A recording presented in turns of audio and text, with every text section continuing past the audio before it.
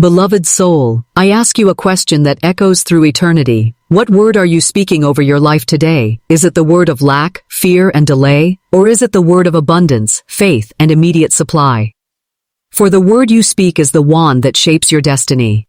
Scripture declares, "Death and life are in the power of the tongue, and they that love it shall eat the fruit thereof." Do you feast upon the bitter fruit of fear, or the sweet harvest of faith? I tell you, the universe itself bends to the spoken word. Divine substance, invisible, unlimited, eternal, waits upon your command. Like a faithful servant, it rushes forth to clothe itself in the garments of your decree. Every fortune that has ever been built, every invention, every masterpiece, every healing, began not with money, not with matter, but with a word. Thomas Edison spoke illumination when the world only knew darkness. Walt Disney spoke kingdoms of wonder when the world only saw dust and depression. Andrew Carnegie spoke empires of steel while others trembled in poverty. Each declared the unseen into the seen, and the substance obeyed.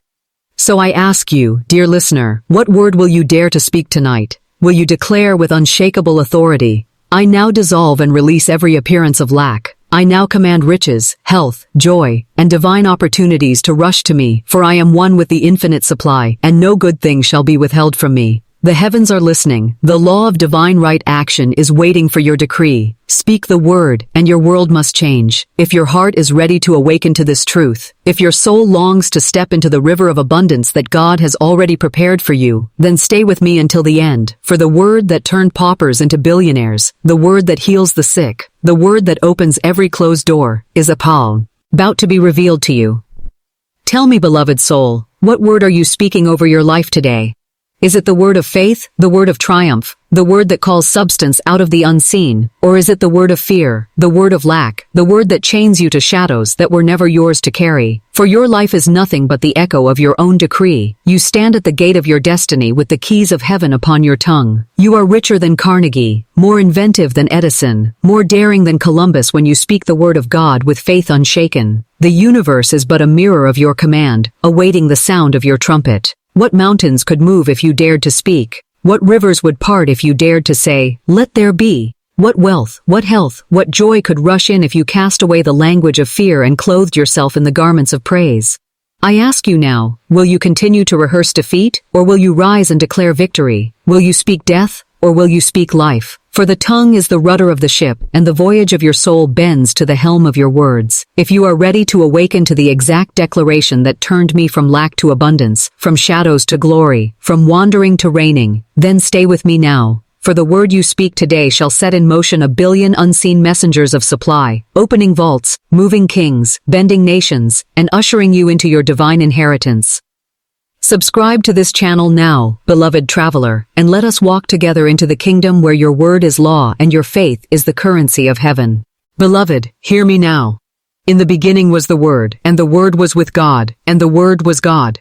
Creation itself leapt forth not from toil, not from labor, not from anxiety, but from the divine fiat, the spoken decree, "Let there be light," and there was light. The world in its fullness, the stars in their courses, the oceans in their depths, the forests in their fragrance, all were called out of the invisible by the power of the word. If the Almighty Creator spoke worlds into being, how much more are you, made in His image, called to speak your destiny into form? Life does not answer to your wishing, nor does it bow to your complaining. Life bends to your decree. Every syllable you utter carries weight, vibration, creative fire. To the careless it may seem but sound. To the awakened it is a sword of light that cuts through the veil of appearances. Death and life are in the power of the tongue, declares the Scripture. Your tongue is the pen of a ready writer, engraving the blueprint of your tomorrow upon the tablet of eternity. Consider Thomas Edison. Did he not speak light into the darkness of the modern world? When mocked, resisted, told by the learned men of his day that his dream of harnessing fire into a glowing lamp was folly, did he bow? No, he declared it possible. He spoke vision into matter until 1,000 failures bowed before one incandescent success.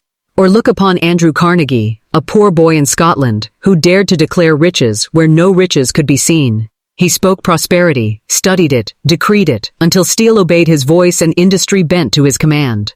Each man, knowingly or unknowingly, was but a channel of the law, that what you dare to speak with unwavering faith must come to pass.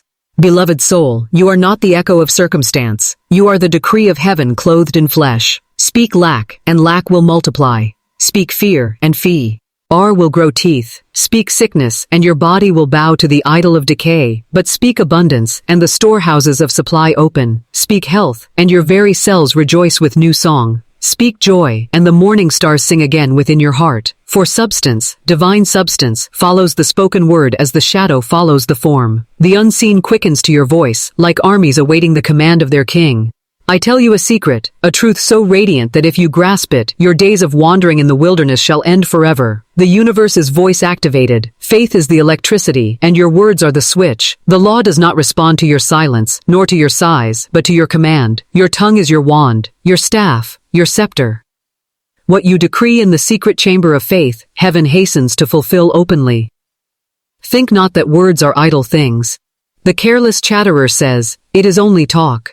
But I say to you, every word is a seed, and every seed bears fruit after its kind. The farmer does not scatter poison and expect wheat. Why then scatter words of failure and expect harvests of plenty? If you continually say, "I am poor," you chain the angels of supply. If you say, "Money comes to me easily and joyfully," then invisible streams of provision begin their march toward you. The word is law. The law is impartial. It knows no favorites. It will give you weeds or wheat, death or life, bondage or liberty, according to your decree. Walt Disney, dreamer of kingdoms, once stood bankrupt, laughed at, called foolish for believing that an empire of joy could spring from a mouse. Yet he kept speaking. He spoke castles into swampland, laughter into despair, delight into a generation starved for wonder. Today, children by the millions walk in worlds that once lived only on the lips of his imagination. The spoken word builds cities, empires, inventions, and miracles. And yet, some will say, "But I have spoken good, and still I see no fruit." To this I answer, the word must be spoken with faith, and faith without wavering. A double-minded tongue cannot move mountains. The man who speaks health in the morning and rehearses sickness at night uproots his own harvest. The woman who declares prosperity at sunrise and grumbles of lack by sundown is like the farmer who plants seed and digs it up again in suspicion. Faith is the soil in which the seed of the word takes root. Only a word planted deep, watered with praise, guarded by expectation, can burst forth into visible form. Hear the words of Christ, "By thy words thou shalt be justified, and by thy words thou shalt be condemned." He did not say by thy works alone, nor by thy prayers alone, but by thy words, the continual stream of sound that proceeds from the overflow of the heart. If your words are arrows of light, they pierce the veil of limitation. If your words are daggers of doubt, they wound your own destiny. The guard of your lips is the guardian of your life. So I ask you, what are you decreeing today? What do you dare to speak in the courts of heaven? For every time you say, "I can," you enlist invisible hosts to assist you. Every time you say, "I cannot," you close the gates of possibility. Choose you this day whom you will serve, faith or fear, blessing or curse, abundance or want, for your tongue is the altar where offerings are made, and the fire consumes what you lay upon it. I recall the words of Prentice Mulford, that fiery metaphysician of old, who declared, "Every thought of yours is a real thing, a force." If thoughts be forces, how much more are spoken words, clothed with sound, vibration, and rhythm. They travel farther than you imagine. Speak in secret, and the mountains hear you. Whisper in the night, and the stars carry your decree. The walls of Jericho fell not to weapons but to the sound of a shout. Sound is power, speech is creation, decree is destiny. Beloved, practice the holy art of speaking only that which you desire to see. Cancel idle chatter, silence words of complaint, uproot the habit of negative confession.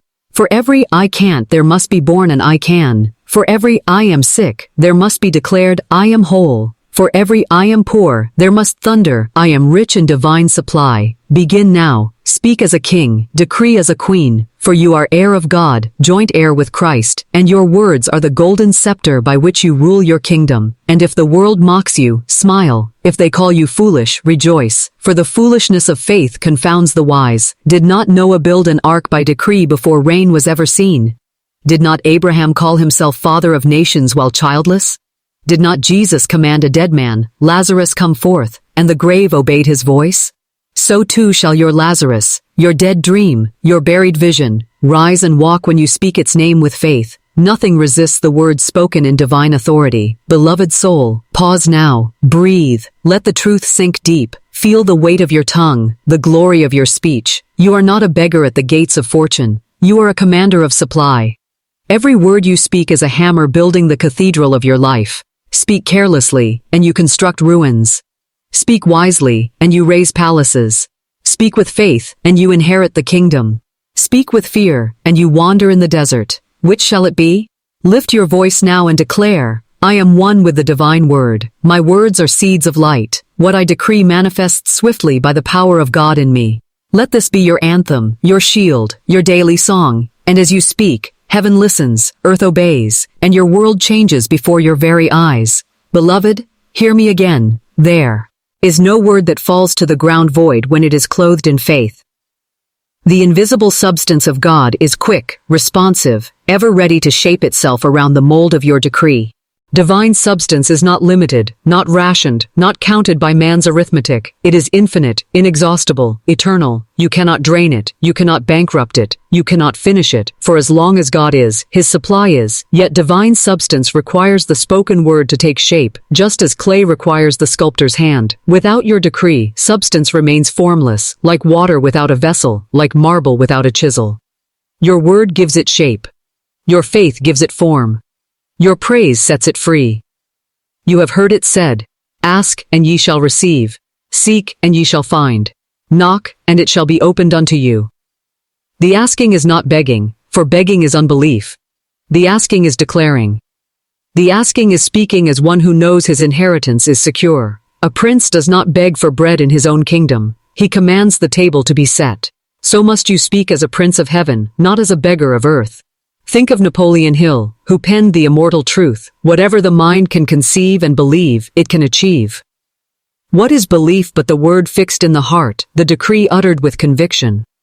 When Hill studied the lives of the titans of industry, Carnegie, Rockefeller, Ford, he found not merely men of iron and steel, but men of decree, men who spoke their visions long before their visions took flesh. Carnegie decreed steel would rule the age of iron, and it did. Henry Ford decreed that every man should own an automobile, and though mocked, he spoke it until factories bowed to his command. Beloved, your decree does not wait for the approval of men. Speak it boldly, though none believe you. Speak it joyfully, though appearances deny it. Speak it consistently, though delay tests you. For delay is not denial, it is preparation.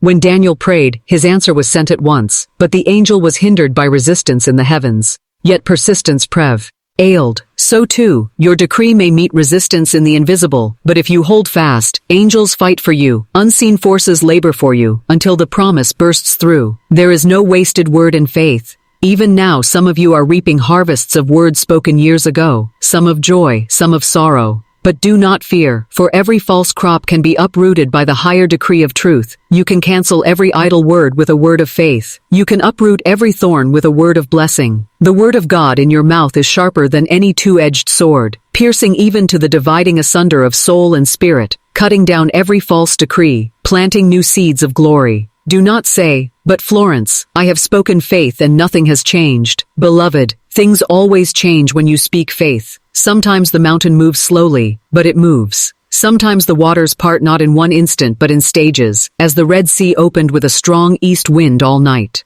The miracle may not come as lightning, but it will come as dawn. Keep speaking, keep praising, keep declaring. The tide is turning even when your eyes cannot yet see the shore. Remember Ella Wheeler Wilcox, poetess of the soul, who declared, "Talk happiness, the world is sad enough without your woe, no path is wholly rough." She knew the power of speech to heal, to uplift, to create new climates of hope. She spoke poems that lifted nations from gloom. Your voice carries the same authority. Speak happiness, and happiness will meet you. Speak defeat, and defeat will embrace you. You cannot escape your word, for your word is your world. And let us not forget the wisdom of Ernest Holmes, who taught that the word spoken into the law is law unto itself. He said, change your thinking, change your life. I add, change your speaking, change your destiny. The word you speak is the word made flesh. You are decreeing you, our health, your finances, your relationships every hour, whether in faith or in fear. Do not allow your mouth to be a workshop for the enemy. Let it be a temple of creation, an altar of faith, a trumpet of victory. The sages of India knew this truth. Swami Vivekananda declared, "The spoken word has power beyond measure. The moment it leaves the lips, it begins to act."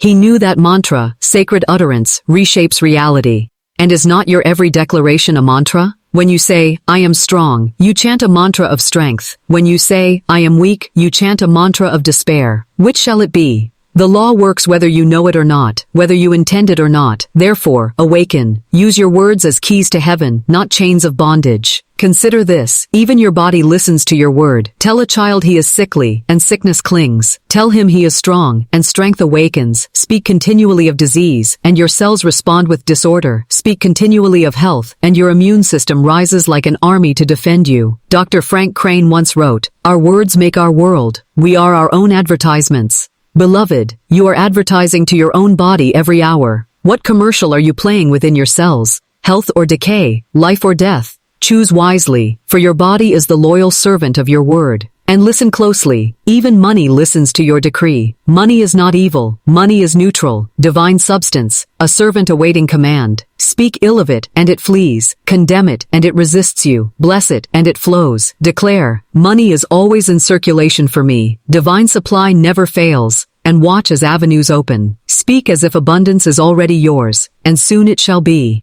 Andrew Carnegie once said, think of yourself as on the threshold of unparalleled success. He was speaking not only to himself but to all who dared to decree prosperity before it appeared. Beloved, do not say, I will be rich, for that is postponement. Say, I am rich now, in divine substance, and it manifests in perfect ways. Do not say, I will be healed, that is delay. Say, I am whole now, and every cell obeys the word of God. Speak in the present tense, for faith is now. God said, I am that I am, not I will be. He is the eternal now, and your words must mirror his nature. Speak as if it is already done, and it shall be done unto you. See how Jesus cursed the fig tree. He did not wait for visible decay. He spoke once.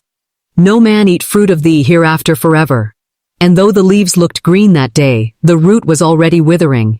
The disciples saw the change the next morning, but the change began the moment the word was spoken. So too with your decrees. The moment you speak, the roots of your circumstance begin to obey. Do not be moved by green leaves of delay. Know that the roots are already shifting, and soon the visible will match the invisible. G.I. Gurdjieff taught his disciples that man is mechanical until he awakens, that his speech is but repetition until it becomes conscious. Beloved, awaken. Make your speech conscious, divine, intentional. Speak not as one hypnotized by the world, but as one commanding the world. Refuse idle chatter, gossip, complaint. Train your tongue to be the sword of the Spirit. When tempted to speak lack, say instead, I choose abundance. When tempted to speak fear, say, I choose faith. When tempted to speak sickness, say, I am whole. Practice until your lips become the very lips of God, uttering only what uplifts, heals, creates, redeems.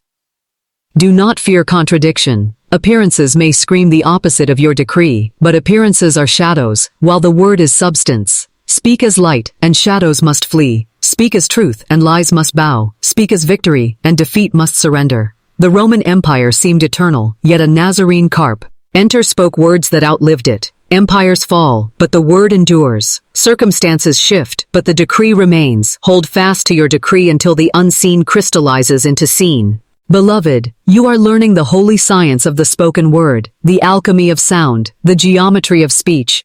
Every sentence is a spell. Every declaration is a law. Speak wisely, and you become the magician of heaven, the prophet of your own destiny. Speak foolishly, and you cast spells of bondage. Which shall you be? The choice is ever before you, as near as your next word. Lift your voice again now, even as you hear me, and declare, I am the mouthpiece of God. My words are charged with divine substance. What I decree comes swiftly to pass. I cancel every idle word of the past, and I speak only life, only light, only abundance. Feel it, beloved. Know it. For as surely as the sun rises, your decree is already shaping your tomorrow. Beloved, let us go deeper still. You must know that the word you speak is not a whisper lost in the wind, but a command etched into the fabric of reality. Words are vibrations, and vibrations never die. They ripple through the ether, unseen yet unstoppable, shaping currents, drawing substance, summoning conditions. The great physicist Nikola Tesla said, if you want to find the secrets of the universe, think in terms of energy, frequency, and vibration. What is your spoken word but frequency clothed in sound? Every syllable you utter is a broadcast to the universe, tuning your life to a station of either glory or gloom. Why do the scriptures say, "Let the weak say, I am strong"? Because heaven knows that the word precedes the reality. The weak must not say, "I am weak," for weakness will multiply. Instead, let him decree strength, and strength will come. The poor must not say, "I am poor," for poverty will root deeper. Instead, decree wealth, and wealth will flow. The fearful must not say, "I am afraid," for fear breeds more fear. Instead, decree courage, and courage shall rise like a lion. The word is not a description of what is. It is the command of what shall be. Thomas Troward, that mighty metaphysician, taught that the word spoken with conviction imprints upon the universal mind, and the universal mind reproduces it into form. He declared, "The law of the universe is that we receive what we affirm."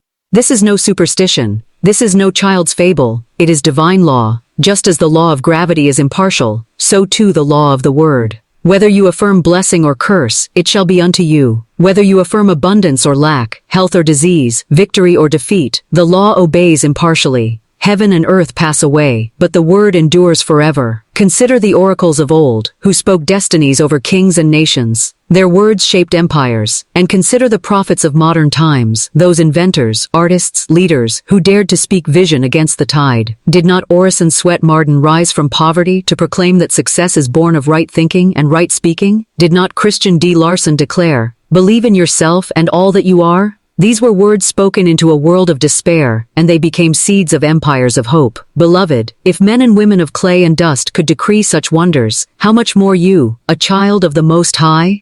The Spirit of God dwells in you. His word is upon your tongue. Angels stand ready to hearken to the voice of his word spoken through your lips. Do you not see? You are not speaking alone. Heaven backs your decree. The moment you speak in faith, an army marches, unseen hands move, divine currents flow. You are not a solitary speaker, you are a co-creator with God. Think of Moses at the Red Sea. He did not beg the waters to part, he lifted his staff and spoke as commanded, and the sea obeyed. Think of Joshua circling Jericho.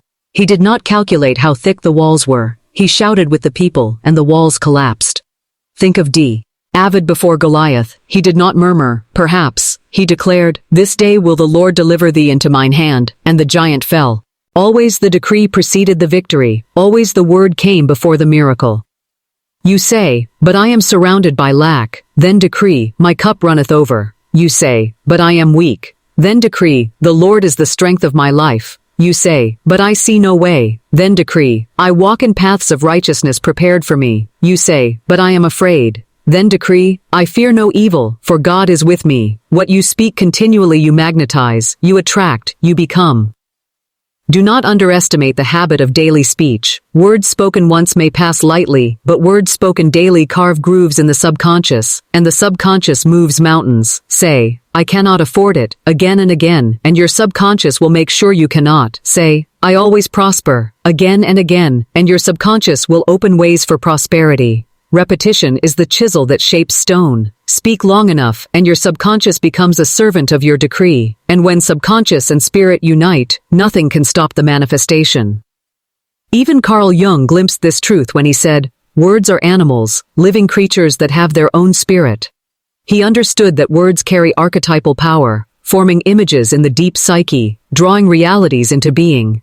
When you say, "I am," you summon an archetype, a form, a vibration that clothes itself in experience. If you say, "I am broken," you summon brokenness. If you say, "I am whole," you summon wholeness. If you say, "I am unlucky," you summon loss. If you say, "I am blessed," you summon blessing. Guard your "I am," for it is the holiest name. When God said, "I am that I am," he gave you the pattern. Align your "I am" with his, and you unlock heaven. Beloved, the time has come to retrain your lips. Some have used their mouths as tombs, burying dreams with words of doubt. But today, your mouth shall be a womb, birthing visions, with words of life. Declare every morning as you rise, "This is the day the Lord has made. I rejoice and am glad in it." Declare before every venture, "I walk in divine order, and all that I need appears with perfect timing." Declare before every challenge, "God in me is greater than this appearance," and watch how your world bends to your decree. Do not despise small beginnings. A single word can spark a revolution. A single phrase can overturn a lifetime of bondage. Jesus said, "Say unto this mountain, be thou removed, and it shall obey." He did not say, "Think quietly." He said, "Say." The word must be spoken. The sound must be released. Speak, and keep speaking, until the mountain trembles. Beloved soul, I call you now into holy boldness. Speak with authority, for you are backed by omnipotence. Speak with joy, for the joy of the Lord is your strength. Speak with persistence, for persistence breaks resistance. Speak with gratitude, for gratitude multiplies your harvest. Your words are not idle, they are immortal. They go forth and do not return void. Every declaration you make in faith is a seed planted in eternity, destined to bear fruit. And let me tell you this, your word not only changes your world, it changes others. Speak blessing over your children, and they will rise higher. Speak encouragement over the weary, and they will revive. Speak peace over your home, and strife will depart. Speak prosperity over your business, and clients will appear. You are a channel of divine word, not for yourself alone but for all you touch. Do not withhold blessing from your lips. Speak it freely. The miser with words reaps poverty of spirit, but the generous with words reaps abundance of joy. Say to the stranger, "Peace be with you." Say to the friend, "You are blessed and highly favored." Say to the sick, "You are whole." Say to the fearful, "You are strong."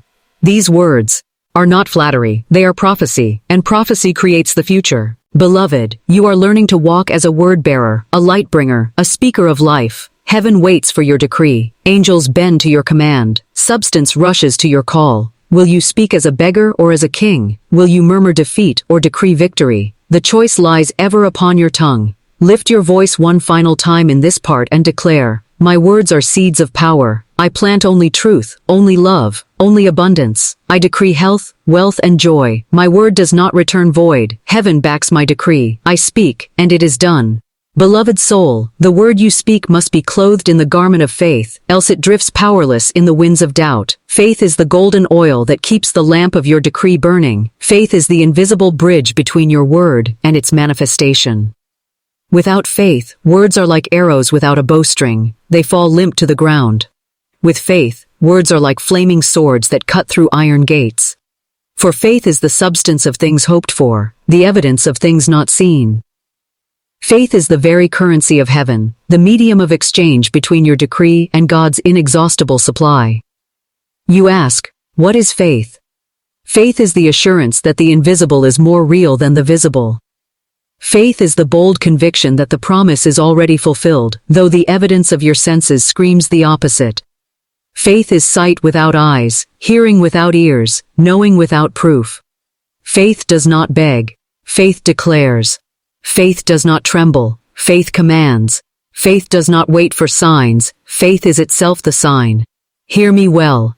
Every miracle of Scripture was birthed by faith. Noah built an ark in the middle of dry land, mocked by men, yet moved by faith. Abraham called himself the father of many nations, while his wife's womb was barren. Moses led a multitude into a desert with no provision but the word of God. Jesus, us laid hands upon the sick and declared them whole, even as the fever burned. Faith is the audacity to treat the unseen as fact and to act accordingly. Faith is not fragile. Faith is not timid. Faith is bold, fiery, unshakable. When the 3 Hebrew children stood before Nebuchadnezzar's furnace, they did not beg for mercy. They declared, "Our God is able to deliver us, and he will deliver us." And even if he had not, their faith was firm. They were cast into the flames, yet the flames became a palace, for faith turned fire into freedom.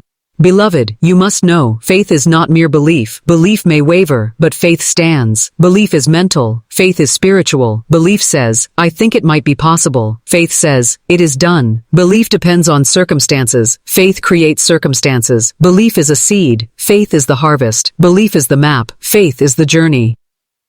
Napoleon Hill discovered this when he wrote Think and Grow Rich. He interviewed the great men of his age, Carnegie, Edison, Ford, and more, and found one common thread: unwavering faith. They did not merely wish for success. They knew success was theirs. They held fast when others surrendered. They pressed on when appearances mocked them. Faith was their anchor, their engine, their secret. Without faith, their words would have been empty. With faith, their words became empires.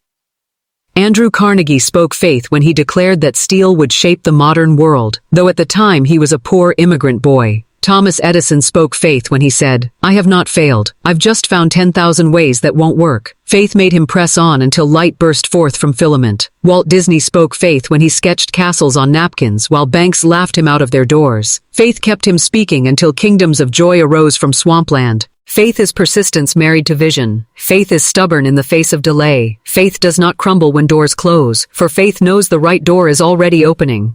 Faith does not collapse in lack, for faith sees the treasure chest in the invisible. Faith is the power that moves substance, calls things that are not as though they are, and refuses to let go until the blessing is in hand. Beloved, you may say, "But my faith is weak." Then feed it, for faith is a muscle. Faith grows by use. Faith expands by exercise. Speak faith when it feels small, and it will grow tall. Act in faith when you tremble, and courage will follow. Every word of scripture, every testimony of victory, every remembrance of answered prayer strengthens your faith. Recall your past deliverances, and faith rises anew. Read the words of those who conquered, and faith catches fire. Christian D. Larson, that radiant apostle of optimism, declared, "Believe in yourself and all that you are. Know that there is something inside you greater than any obstacle." He spoke of faith, the conviction that the power within is greater than appearances without. He taught multitudes to affirm the unseen good until it became seen. His words still awaken faith today, for faith is contagious. When one believes, others are stirred to believe. You ask, "But Florence, how do I keep faith when storms rage?" Beloved, faith is not shaken by storms. Faith commands storms. Did not Jesus sleep in the boat while winds roared and waves rose? His disciples trembled, but he awoke and rebuked the storm with a word. "Peace, be still," he said, and the waters obeyed. Faith rests in peace when others panic. Faith knows that God never fails. You say, "But my need is great." Faith answers, "My supply is greater." You say, "But the doctor's report is grim." Faith answers, "Whose report will I believe? I shall believe the report of the Lord." You say, "But all doors are shut." Faith answers, "I walk in divine order, and no man can shut the door God opens." You say, "But my enemies are many." Faith answers, "Though an host encamp against me, my heart shall not fear." Faith speaks with authority because it is anchored in God, not in self. Faith is the substance of things hoped for. Do you hear? Faith is not empty. Faith is substance, the invisible matter that shapes visible form. Every act of faith deposits substance in your account. Every word of faith releases substance into your affairs. Every gesture of faith summons angels to labor for you. Faith is more real than the chair you sit upon, for the chair will decay, but faith endures forever. Swami Vivekananda, fiery voice of the East, declared, "The whole secret of existence is to have no fear."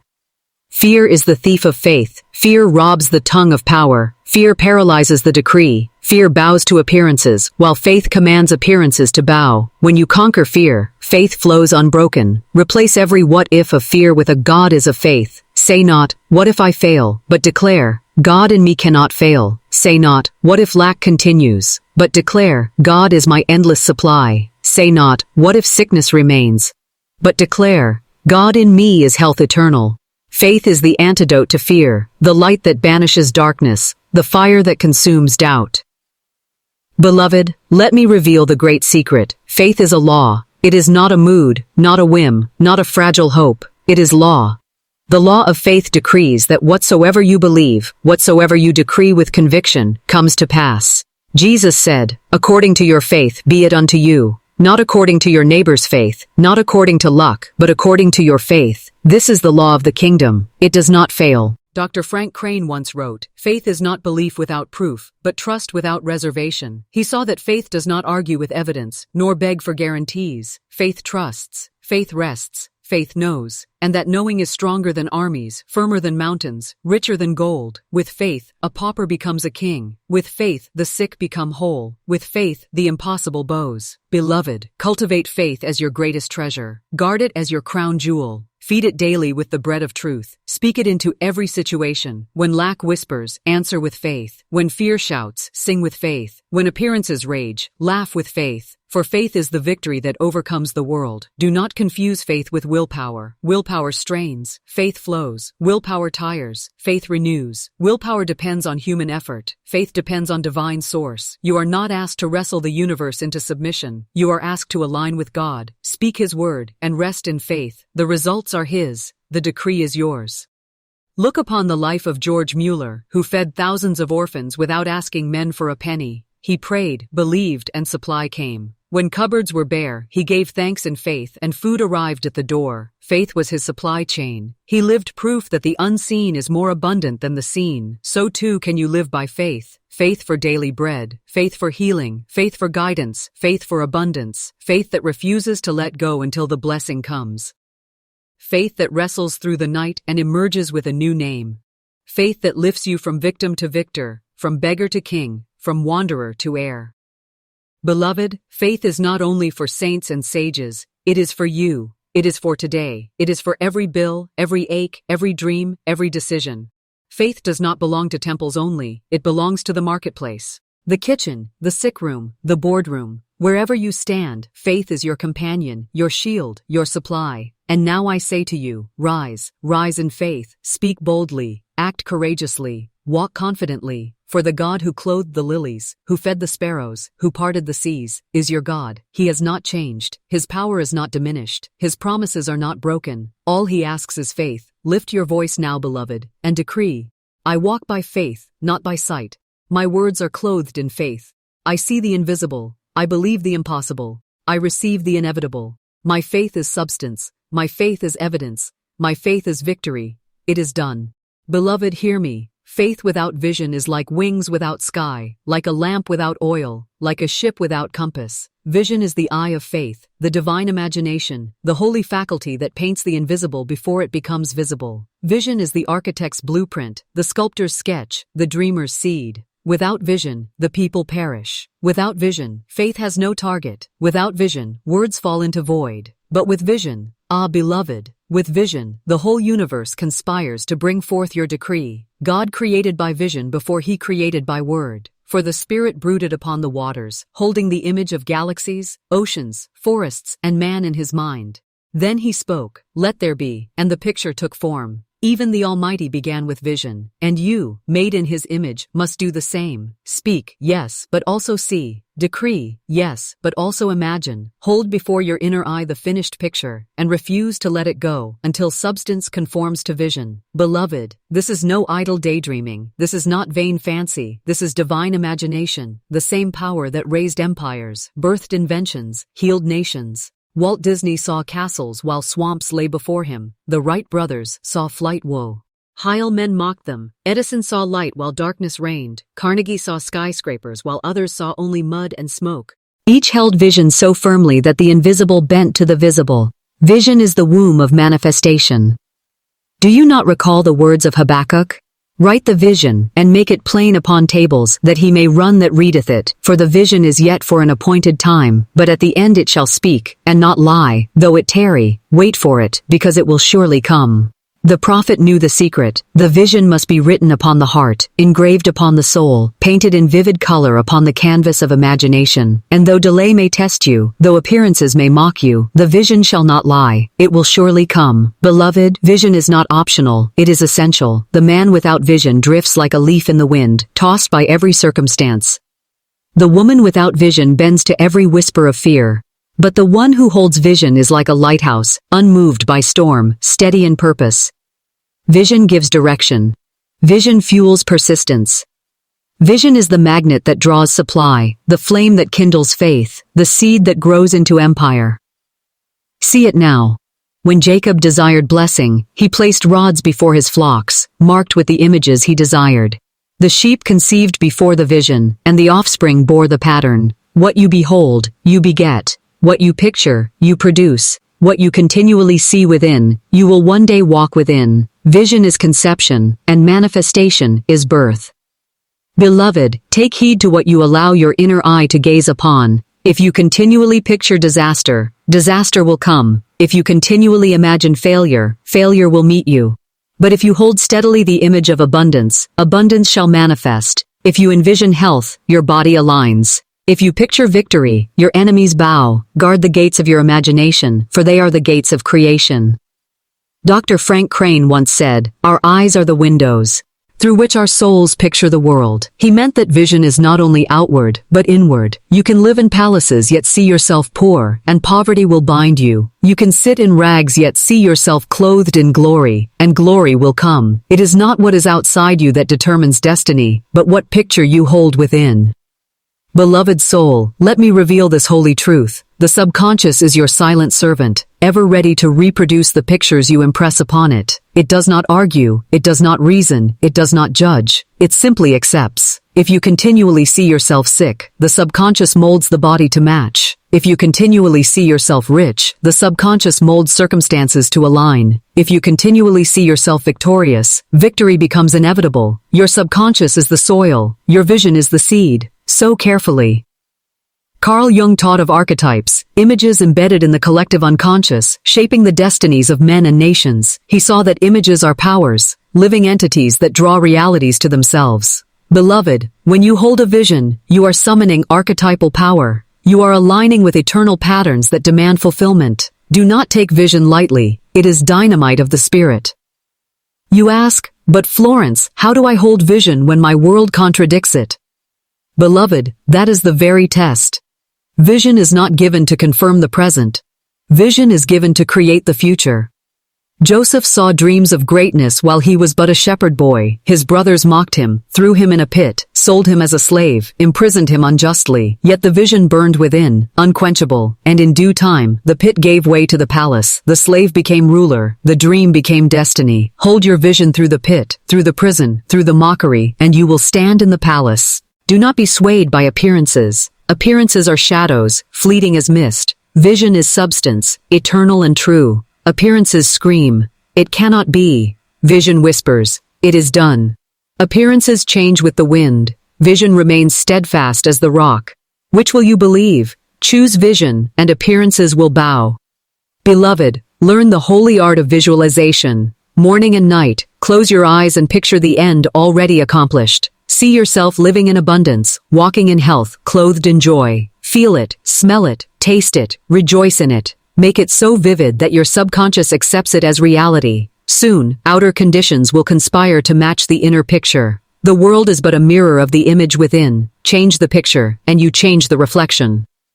Prentice Mulford, that early apostle of New Thought, declared, "Thoughts are things. I add, images are molds. Every thought is a tool, but every vision is a blueprint. Thought scatters seeds, vision builds harvests. Thought may wander, vision is fixed. Hold your vision steady, and thought, word, action and circumstance will align as obedient servants. Beloved, vision demands focus. Scatter your sight and your power weakens. Fix your gaze and your power intensifies. A magnifying glass gathers the sun's rays into fire. So too, a focused vision gathers divine substance into manifestation. Do not hop from picture to picture. Do not change your vision with every breeze. Hold it, guard it, water it with praise, nourish it with faith, and in due time, it shall be born. Consider Michelangelo, who looked upon marble and saw angels waiting to be released. He said, "I saw the angel in the marble and carved until I set him free." That is vision, to see within the formless the form already complete. You must see the angel of abundance in the marble of lack. You must see the angel of health in the marble of sickness. You must see the angel of victory in the marble of defeat. Hold the vision, and carve with faith until the angel stands revealed. Beloved, vision is also discipline. You must discipline your inner eye to see only the good, only the true, only the beautiful. The undisciplined imagination drifts into fear, worry, resentment, regret. These pictures poison the subconscious, drawing more of the same. Cast them out. Replace them with images of peace, prosperity, power. Whenever fear presents a picture, erase it at once and paint the opposite. If you see yourself failing, replace it with an image of triumph. If you see yourself sick, replace it with an image of radiant health. If you see yourself abandoned, replace it with an image of divine companionship. Practice this art until your inner gallery is filled with masterpieces of truth. Beloved, I tell you this. Vision is prayer. Every image you hold is a prayer to the universe, and the universe answers without fail. Hold images of despair, and despair is your answer. Hold images of hope, and hope is your answer. Hold images of abundance, and abundance is your answer. Prayer is not only words, it is pictures. The universe responds to the picture of your heart as surely as to the words of your lips. Do you remember Annie Ricks Millets, that radiant teacher of silent power? She taught the holy art of seeing the good in every situation, of holding the image of truth when appearances screamed falsehood. She lived proof that vision creates reality. Her students, once bound by poverty and illness, rose to abundance and health by changing their inner pictures. What she taught in silence, I declare aloud: change your vision, and you change your destiny. Beloved, hear this secret. When you live from the end, you draw the end to you. Do not live as one waiting for blessing. Live as one already blessed. Do not live as one hoping for healing. Live as one already whole. Do not live as one seeking abundance. Live as one already rich. Act as though it is finished, for in truth it is.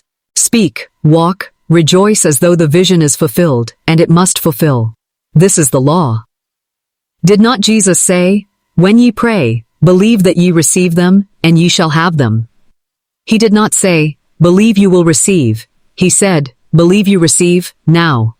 That is living from the end. That is vision fulfilled. That is faith clothed in image. Beloved, this law is unbreakable. If you continually picture defeat, you will live defeat. If you continually picture victory, you will live victory. Choose your pictures wisely, for they are the seeds of tomorrow. Choose them boldly, for you are heir of the kingdom. Choose them joyfully, for heaven delights in your vision. Lift your inner eye now and see yourself as God sees you, whole, abundant, radiant, triumphant. See yourself walking in palaces, speaking before kings, healing the sick, blessing the poor, creating wonders.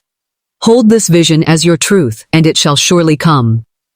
Now speak aloud, beloved. My vision is clear. My imagination is divine. I hold the end in view, and I live from the end. I see abundance, and abundance sees me. I see health, and health embraces me. I see victory, and victory is mine. My vision is law, and it is fulfilled in perfect time. So it is, beloved, so it is. Beloved, hear me. Faith without works is dead, and vision without action is but a painted dream. The law of spirit is whole. The spoken word, the imagined picture, and the aligned deed must walk together in harmony. If the word is seed, and vision is the soil, then action is the water that makes it grow. To speak without acting is to command without moving. To envision without acting is to paint without brush. The law is not fulfilled until you take the step that corresponds to your decree. Right action is not frantic striving, not desperate grasping, not feverish toil. Right action is divinely timed, divinely directed, divine. Eli, effortless. It is the action that flows naturally from faith, the deed that rises effortlessly from vision, the step that opens doors because it is ordered of God. When the word is spoken and the vision is clear, right action will be shown, often as a quiet prompting, a sudden idea, a door that opens, a conversation that sparks. To ignore the prompting is to delay manifestation. To obey it is to hasten blessing.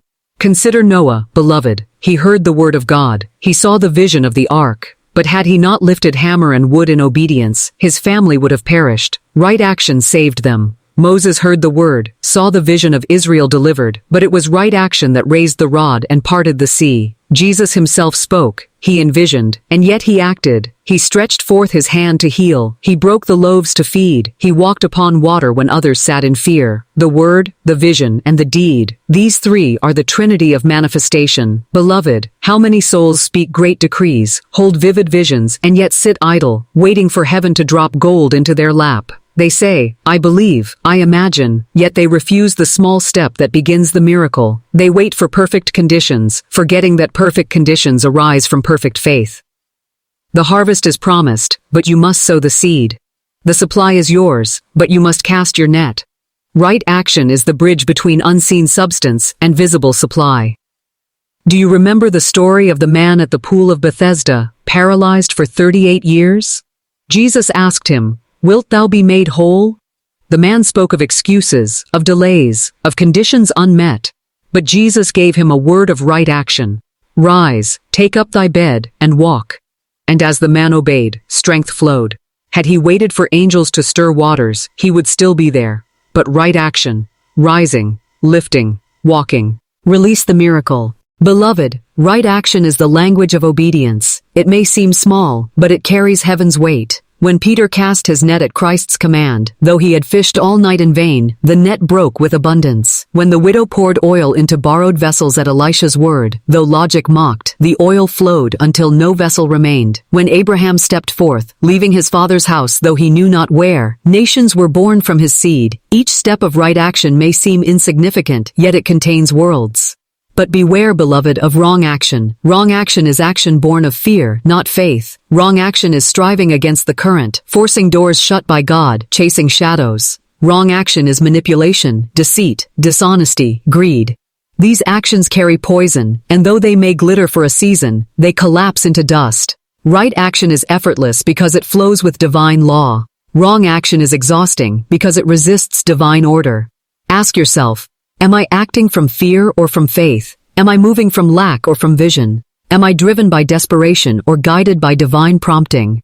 In the answer lies the measure of your action. Napoleon Hill, that prophet of success, declared, "Action is the real measure of intelligence." He meant that the thinker who never moves remains barren, but the one who acts upon vision multiplies wisdom. Andrew Carnegie built empires not merely by dreaming of steel, but by taking decisive steps in alignment with vision. Walt Disney did not merely sketch castles, he bought swamps, raised funds, built kingdoms brick by brick. Right action is faith made flesh. Beloved, the universe rewards movement. Water flows when stirred, electricity moves when circuits connect, seeds sprout when planted. So too, divine substance moves when you act. You need not see the whole road, only the next step.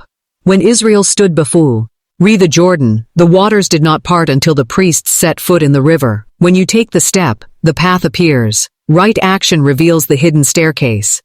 Some ask, but what if I act wrongly? What if I choose amiss? Beloved, when your word is true, when your vision is clear, divine correction will guide you. A rudder cannot steer a still ship, but once you move, the Spirit can adjust your course. Even a misstep can be turned into right step when faith directs. Fear of error paralyzes, but trust in divine correction liberates. Move boldly, and let God adjust your path. Beloved, right action is often small, quiet, unseen. A letter written, a call made, a meeting attended, a book studied. These simple acts, aligned with vision, carry seeds of empire. Do not despise the day of small beginnings.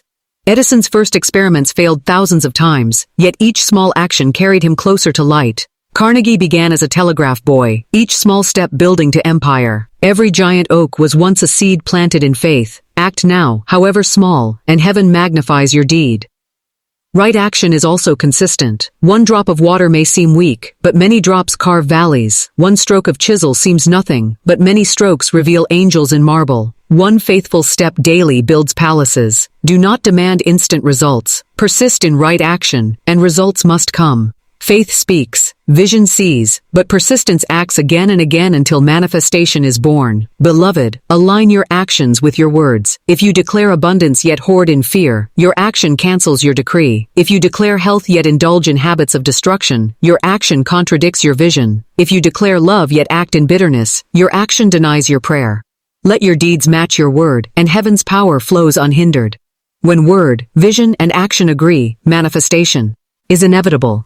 This is divine integrity, wholeness of word, thought, and deed. The divided soul delays its blessing. The united soul commands manifestation. Do not speak faith and act fear. Do not see victory and walk in defeat. Do not picture wealth and behave as pauper. Be whole, beloved, whole in word, whole in vision, whole in action. Integrity is magnetism. It draws substance swiftly. Right action is also timely. Delay is disobedience. To procrastinate is to resist the Spirit. When the prompting comes, act. The manna fell daily. Those who delayed found worms. Opportunities are doors that open for a moment. If you hesitate, they close. Fear waits for perfect clarity, but faith moves in divine timing. The moment you feel the divine nudge, obey at once, and heaven multiplies your obedience. Beloved, some actions require courage. Right action often contradicts appearances, offends logic, defies reason. Noah building an ark seemed madness.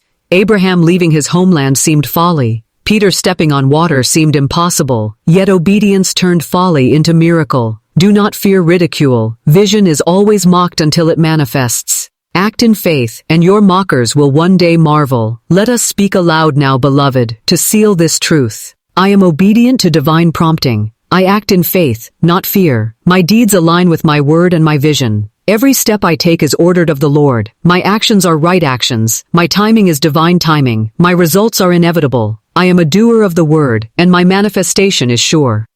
So it is, beloved. So it is. Beloved, hear me. The Spirit of truth declares that nothing comes before its appointed hour, and nothing lingers beyond its divine season. To the soul awakened, delay is not denial, and waiting is not wasting, for there is a rhythm hidden beneath appearances, a sacred choreography by which the infinite arranges all things in perfect sequence. The impatient heart sees only pause, but the faithful eye sees preparation. The scriptures cry, "To everything there is a season, and a time to every purpose under the heaven." A time to plant, and a time to reap, a time to build, and a time to rest. A time to be hidden, and a time to be revealed. Beloved, do not curse the winter, for it guards the seed. Do not despise the night, for it prepares the dawn. The law of divine timing is the guardian of your blessing, ensuring that what is born in your life is born whole, ripe, and indestructible. Consider Joseph, the dreamer. He spoke his vision and was cast into a pit, sold into slavery, thrown into prison. Years passed, and many would call it delay. But when the famine struck and Egypt trembled, Joseph was elevated in a single day to rule beside Pharaoh. His waiting was not wasted, it was preparation. The dungeon taught him stewardship, the prison forged his character, the pit humbled his pride. When the appointed hour struck, no man could resist his rise. Divine timing never fails. Beloved, some doors must remain shut until you are strong enough to walk through them. Some blessings must wait until your character matches your calling. To give a crown too soon is to crush the brow. To give wealth too early is to destroy the soul. The child cannot wield the sword of kingship. The student must first learn the letters before ruling a nation. Delay is not punishment, it is protection. Heaven waits until you are ready, until your vibration matches your vision, until your faith is tested and proven. Then the gates swing wide. Think of the seasons. The farmer does not demand harvest in spring. He knows the law of gestation, the secret interval between seed and fruit. He tills, he sows, he waters, he waits. Though nothing appears for weeks, he does not despair, he trusts the unseen process. Beloved, why then do you despair? When your vision is yet underground? Why curse the soil when the seed is breaking? Your word has gone forth, your vision is planted. Now comes the waiting, the season of faith, the sacred silence where substance takes shape unseen.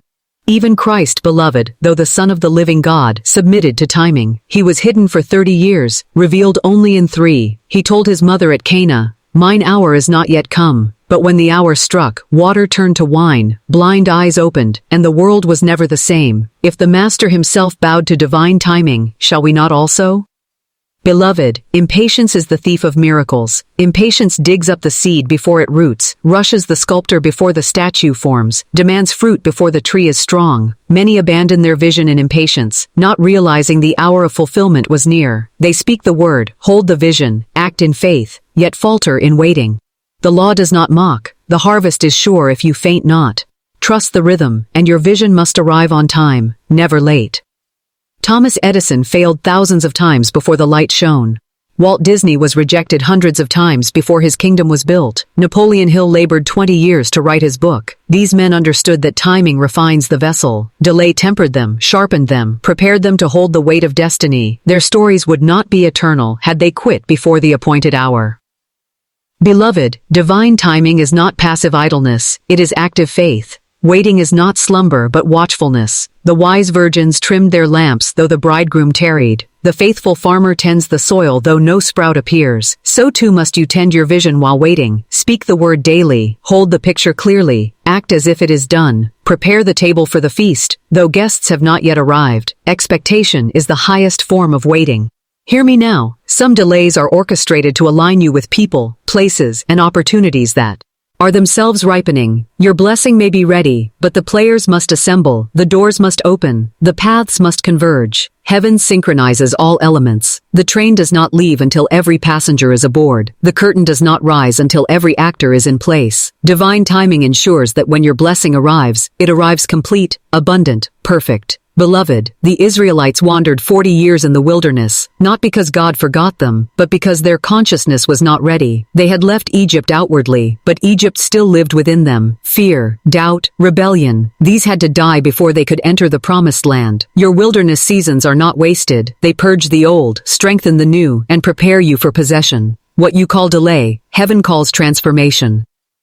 Carl Jung, the seeker of the soul, once wrote, "Until you make the unconscious conscious, it will direct your life, and you will call it fate." Beloved, divine timing often waits until you have illuminated the shadows within, until you have cast out the hidden saboteurs of fear and doubt. To give manifestation before healing is to crown chaos. The Spirit waits until the inner house is cleansed, so that when blessing comes, it may dwell secure.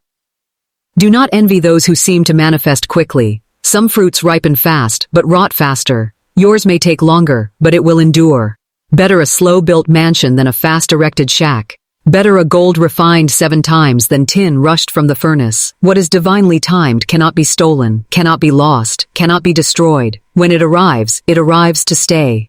Beloved, you must train your heart to rest in timing. Anxiety is faith turned upside down, fear that God has forgotten. Yet the scriptures assure, "He that keepeth Israel shall neither slumber nor sleep."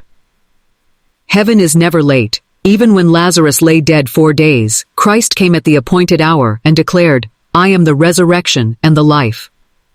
What seemed too late became the stage for greater glory. Your situation may look delayed, but it is but a setup for a greater revelation. Let us declare now, I am aligned with divine timing. I release impatience. I release fear. I release control. All things come to me in perfect season. My good is never late. My blessing is never lost. I wait in faith. I act in trust. I rest in divine order. In God's perfect timing, my vision is made manifest. Beloved, you must also discern the moment when timing shifts. There comes a holy stirring, a sense that the season has changed. Then you must move swiftly, lest the door close. Israel circled Jericho 7 days in silence. Then on the 7th day at the appointed time, they shouted and the walls fell. David waited years anointed as king, but when Saul fell, he stepped into the throne without hesitation. Timing is patience in waiting, and boldness in seizing the hour when it arrives.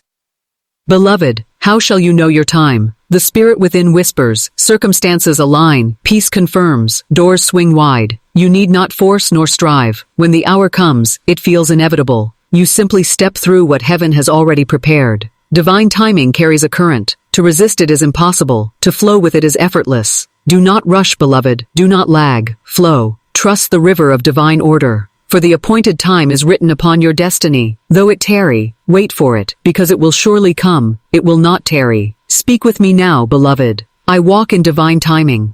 My steps are ordered. My path is clear. My season is sure. I trust the rhythm of heaven, and I cannot miss my blessing.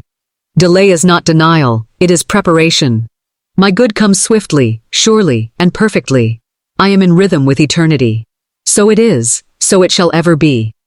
Beloved, hear the voice of truth, the Christ within speaks. Resist not evil, but overcome evil with good. The natural mind recoils, for it has been taught that to survive one must fight, one must strive, one must contend. Yet the Spirit reveals a higher law, the law of non-resistance. To resist the shadow is to feed it. To wrestle with darkness is to grant it substance. But to release, to yield, to flow, this is to rise above.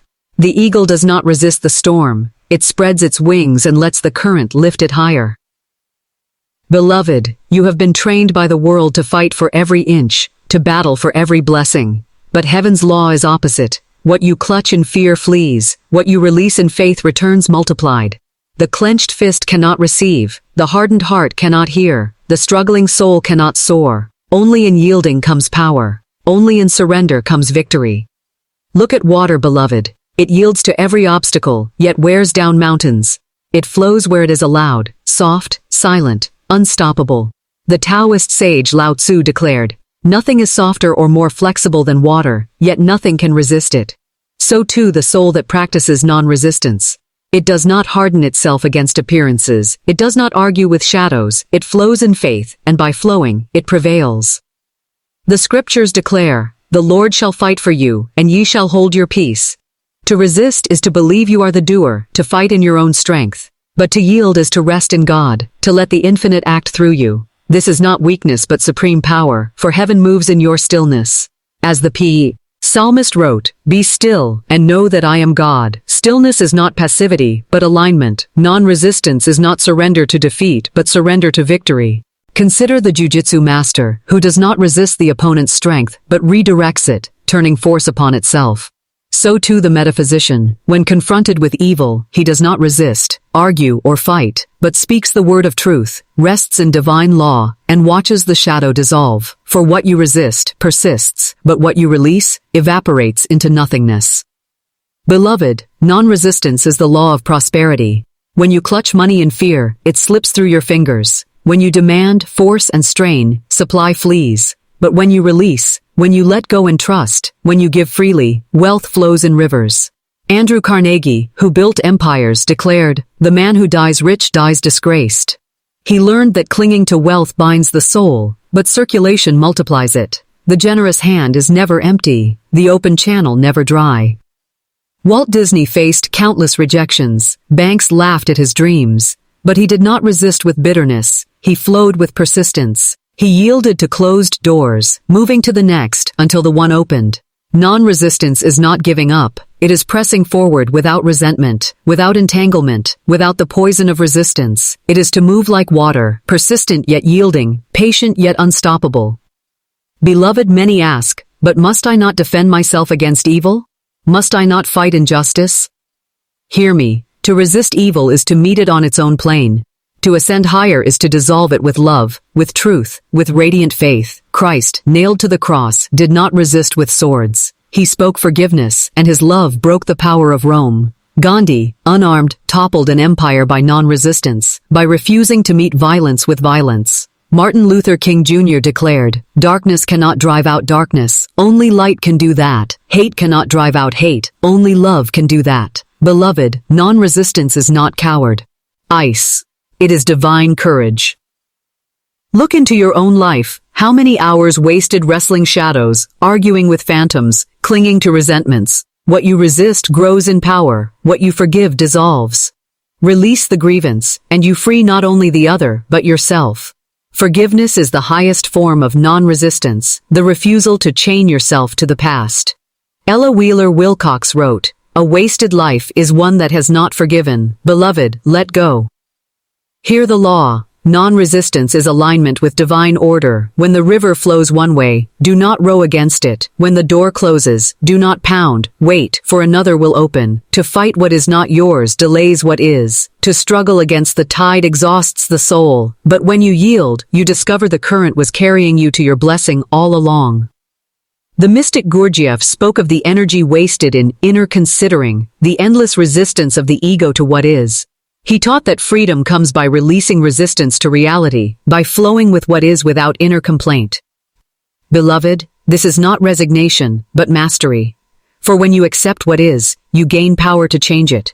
Resistance blinds, but non-resistance illumines. Let us affirm now, I resist nothing. I yield to the current of divine order. I do not struggle. I do not strive. I do not clutch. I flow in faith. I release in trust. I walk in peace. My good comes effortlessly, for I am one with the law of non-resistance. Beloved, remember, non-resistance is not passivity. It is dynamic trust. The sailor does not resist the wind. He sets his sail. The dancer does not resist the music. She flows with rhythm. The mystic does not resist life. He flows with spirit. This is not laziness but supreme intelligence. To work with, not against. To align, not to oppose. Non-resistance dissolves fear. For what is fear but resistance to the unknown? What is worry but resistance to tomorrow? Release, beloved. Yield the future into divine hands. Fear flees, and faith floods in. Non-resistance opens the gates of intuition, for the still soul hears the whispers of spirit. The anxious heart, filled with resistance, is deaf. The quiet heart, surrendered, hears and follows. Consider the lotus, rising from the mud without struggle. It does not resist the murky waters but uses them as food. So too, beloved, your trials are not to be resisted but transformed. What others curse, you transmute. What others resist, you receive and alchemize into glory. Thomas Troward declared, "The law of flotation was not discovered by contemplating the sinking of things, but by contemplating the floating of things." Beloved, non-resistance is to contemplate the good, not the evil, to to magnify the blessing, not the curse. Turn your gaze, release the struggle, and watch substance rise. Non-resistance is the pathway to miracles. Christ multiplied loaves not by resisting lack, but by blessing what was. He looked upon the 5 loaves and 2 fishes, gave thanks, and it became enough. Gratitude is non-resistance. It is the release of complaint. When you bless the small, it multiplies. When you resist, it diminishes. Release, bless, and abundance flows. Beloved, let go of control. The vine does not force the grape to ripen. The bird does not force the wind to blow. You need not force your destiny. Speak the word, hold the vision, act in faith, then release the how and when. To resist is to meddle, to yield is to trust. The law knows the way. Let us declare again, I resist not, I yield, I release, I forgive, I flow. I am one with the law of non-resistance. Therefore, my life is effortless, my way is prosperous, my soul is free. Beloved, the meek shall inherit the earth, for meekness is non-resistance. The soft shall conquer the hard, the yielding shall overcome the rigid. You need not fight, for heaven fights for you. Yield, flow, trust, and all that is yours must arrive. So release the battle, beloved. Release the clutch. Open your hands and heaven will fill them. Speak peace. Flow with love. Trust the unseen. For non-resistance is the secret of divine ease, the river that carries you into the kingdom, where manifestation is swift, effortless, inevitable. Beloved, manifestation is not magic. It is divine law. It is the inevitable flowering of the seed sown in faith, spoken in authority, watered with praise, and surrendered through non-resistance. The word is the seed, faith is the soil, vision is the root, right action is the stalk, timing is the bud, non-resistance is the open sky, and manifestation is the bloom, full and radiant. The Christ declared, "By their fruits ye shall know them." Fruit is the evidence of the tree, manifestation the evidence of faith. A faith that does not produce is not faith but fantasy. But true faith, spoken, steadfast, surrendered, must manifest, as surely as dawn follows night. Beloved, look around at every object, every invention, every empire of man. Each began in the invisible, in thought, in vision, in word. Edison's bulb was first a dream, invisible, impossible, resisted by men of reason. Yet he spoke it, believed it, persisted, and it became form. Carnegie's steel empire began in the imagination of a poor boy in Scotland. Walt Disney's kingdom began as a mouse drawn on paper, laughed at by bankers. But manifestation is the reward of unwavering faith, of the man who dares to see the invisible and hold fast until it appears. Hear me. You live in 2 realms, the invisible and the visible. The invisible is cause, the visible is effect. To focus only on the visible is to stare at shadows on the wall, as Plato spoke in his cave. But to fix the eye upon the invisible is to gaze upon reality, which must, in time, take form. Manifestation is the marriage of heaven and earth, spirit and matter, the unseen word made flesh. The scriptures declare, "And the word was made flesh, and dwelt among us." This is the pattern of all manifestation. Word becomes flesh. Speak the word, hold it, believe it, and it cannot remain unformed. It must descend into matter, for spirit never returns void. Beloved, many plant seeds and dig them up in doubt. They speak the word, and then uproot it with fear. They declare wealth and then speak lack. They affirm health and then speak sickness. They plant and then destroy. But the wise gardener plants and waits, waters and trusts, yields and rejoices. The harvest is certain. Manifestation is not uncertain. It is guaranteed, if you faint not. Dr. Frank Crane declared, "What you want is not as important as what you believe you can have." Beloved, manifestation is not wishful thinking, but belief made visible. To wish is to scatter air. To believe is to mold substance. You must know that you know, with a faith unshaken, and manifestation will bow. Thomas Troward, the metaphysician, taught that the spirit is creative power, and thought is the mold into which substance flows. Manifestation is not chance, it is law. Just as the law of gravity never fails, so the law of mind never fails. Hold the image, speak the word, trust the law, and the thing must appear. Beloved, manifestation is swift when the word is clear. Many delay their harvest with double-mindedness. Scripture says, "A double-minded man is unstable in all his ways, and let not that man think he shall receive anything of the Lord." Speak one thing today, and its opposite tomorrow, and you scatter the power. But fix your tongue, align your heart, steady your vision, and the law rushes to fulfill. Manifestation is the song of harmony between your word and divine order. Speak in alignment with God's promise. Thou, you are heir to abundance, health, joy, and creation itself bends to obey. Speak against it, words of fear, doubt, complaint, and manifestation still obeys, for the law is impersonal. It delivers the harvest of your seed, be it wheat or weed. Beloved, manifestation is not forced. You do not push the bud to bloom, you create the conditions. Speak, believe, release, bless, act, and the bloom bursts forth. Non-resistance opens the soil, timing ripens the fruit, action waters the root, faith anchors the seed. It cannot fail. The mystic Emerson declared, once you make a decision, the universe conspires to make it happen. This is manifestation, heaven and earth conspiring with your word. Angels are dispatched, men are moved, doors open, circumstances align. You need not know the how, you need only hold the vision and release the resistance. Beloved, manifestation is the unveiling of the kingdom within you. Christ said, the kingdom of God is within you, not afar off, not someday, not in another life, but within. Manifestation is the outward picture of the inward kingdom. Change within, and without must follow. The invisible governs the visible. Consider the farmer. He plants, waters, waits. He does not dig in panic. He does not curse the field. He does not doubt the harvest. He trusts the law of seed time and harvest. Beloved, manifestation is no different. You have planted words, visions, affirmations. Now trust. Do not faint in waiting. The harvest ripens at the appointed hour. Carl Jung, the psychologist, spoke of synchronicity, meaningful coincidences that reveal an underlying order. Beloved, manifestation appears not always as thunder from the sky, but as subtle doors opening, divine connections, chance meetings, holy coincidences. These are angels in disguise, heralds of your harvest. Watch with eyes of faith, for your manifestation may come clothed in the ordinary, hiding glory in plain sight. Carl Jung, the psychologist, spoke of synchronicity, meaningful coincidences that reveal an underlying order. Beloved, manifestation appears not always as thunder from the sky but as subtle doors opening, divine connections, chance meetings, holy coincidences. These are angels in disguise, heralds of your harvest. Watch with eyes of faith, for your manifestation may come clothed in the ordinary, hiding glory in plain sight.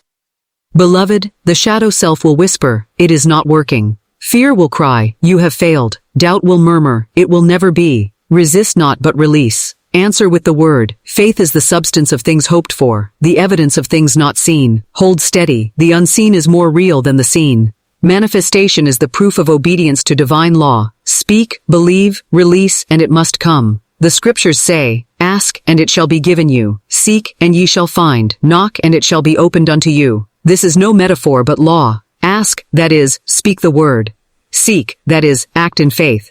Knock, that is, persist without resistance. And the door opens, always.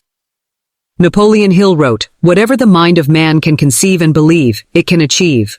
Beloved, manifestation is achievement by divine law, not by human toil. It is spirit producing through you, not you producing by struggle. When the word and faith align, manifestation becomes inevitable. Orison Swett Marden declared, all men who have achieved great things have been dreamers. Beloved, manifestation begins in dream, in vision, but it does not end there. Vision without faith is fantasy, but vision with faith becomes substance. The dream becomes destiny. The invisible becomes inevitable. Manifestation is joy, beloved. It is heaven's laughter in form. It is God's yes made visible. When you see the answered prayer, the fulfilled vision, the door swung wide, Rejo, ice. But remember, the true power was not in the form, but in the word that birthed it. Do not worship the fruit and forget the tree.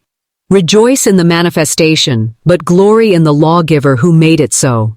Beloved, manifestation is infinite. You do not exhaust the law. One answered prayer does not deplete heaven. The reservoir is endless, the supply without measure. Speak again, believe again, manifest again. As long as you live, the law works. As long as you breathe, the word creates. Hear me. Your manifestation blesses not only you but the world. When you prosper, others are lifted. When you heal, others are strengthened. When you manifest joy, others are illumined. Your manifestation is testimony, proof of divine law, inspiration to the weary, light to the lost. Do not hide it, let it shine. Let us affirm now. The word I speak is made flesh. My vision appears. My harvest ripens. My miracle is manifest. Nothing can delay. Nothing can deny. I receive now, with joy and praise. Beloved, manifestation is the fulfillment of your destiny. You were not born to wander in lack, but to reign in abundance. You were not born to crawl in fear, but to soar in faith. Manifestation is your birthright, your inheritance, your divine seal, so step into it. Speak boldly, believe unshakably, act faithfully, release joyfully, wait peacefully, and watch gloriously. Your word is law, your faith is substance, your God is faithful. Manifestation is here, now, inevitable.